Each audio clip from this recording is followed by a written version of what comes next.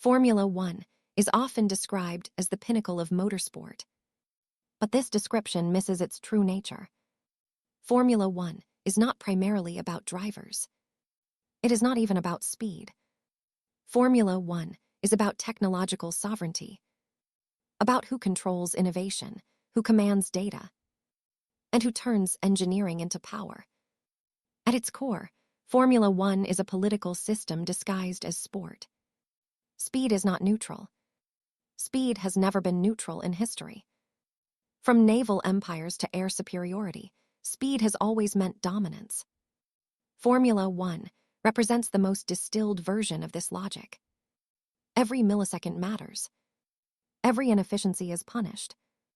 Every technological advantage becomes decisive.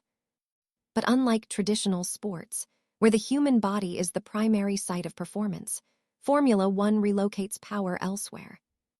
Power moves from muscle to machine, from intuition to simulation, from courage to calculation.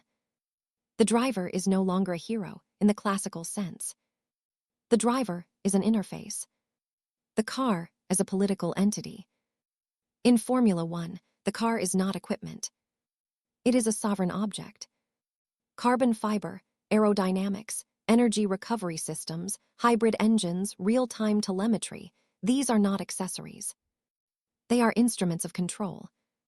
The difference between victory and defeat is often invisible to the spectator. It exists in wind tunnels, in algorithms, in thousands of hours of simulation. What we see on race day is merely the public performance of a decision already made by technology. This is why Formula One teams resemble research laboratories more than sports clubs. They employ physicists, data scientists, software engineers, and aerodynamicists in numbers that dwarf the drivers themselves. The race is decided long before the lights go out. The driver as interface. The romantic image of the fearless driver battling the track survives mostly as marketing.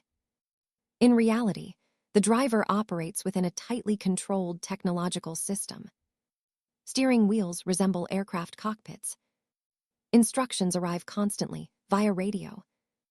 Data flows continuously between car and command center. The driver executes decisions optimized elsewhere. This does not mean drivers are irrelevant. It means their role has changed. They are no longer sovereign actors. They are human processors, translating machine logic into physical execution. Mistakes are tolerated only within narrow margins. Deviation is costly. Creativity exists, but only inside predefined parameters. Freedom is permitted, but regulated. Technological arms race. Formula One mirrors global power politics with unsettling accuracy. Each regulation change triggers an arms race. Teams search for loopholes, marginal gains, interpretative advantages. Innovation is rewarded until it is banned. This cycle resembles geopolitical competition. A breakthrough creates dominance. Dominance provokes regulation. Regulation restores temporary balance. The race begins again. The governing body appears neutral, but neutrality itself becomes a form of power. To regulate technology is to shape the future of competition. Formula One teaches us a crucial lesson. Whoever controls the rules controls the game. Sovereignty without territory. Traditional sovereignty depended on land, borders, and armies. Formula One reveals a different model. Here, sovereignty belongs to those who control. Computational capacity, research infrastructure, intellectual property, technical expertise.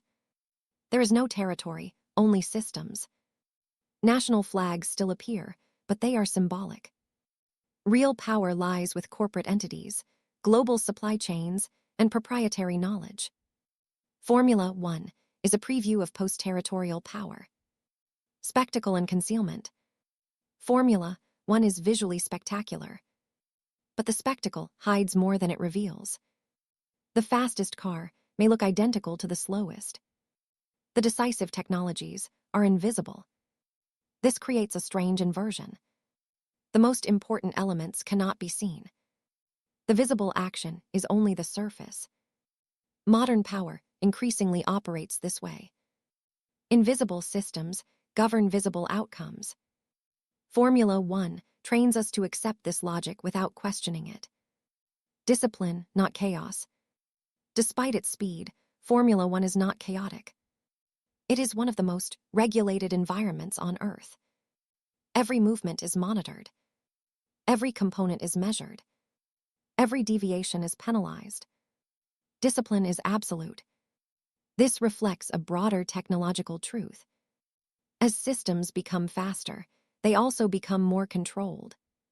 Speed requires discipline. Acceleration demands obedience. The future written in motion. Formula One is not merely entertainment. It is a laboratory for the future. Technologies developed on the track migrate into civilian life.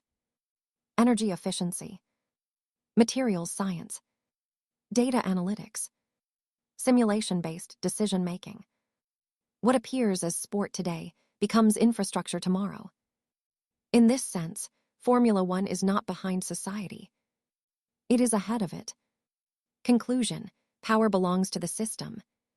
Formula One teaches us that sovereignty no longer belongs to individuals. It belongs to systems. The fastest driver does not win.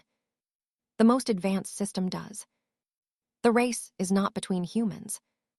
It is between technologies.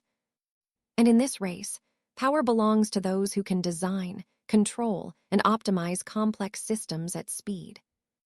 Formula One is not about who drives best. It is about who governs technology most effectively. And that makes it one of the most honest mirrors of modern power we have.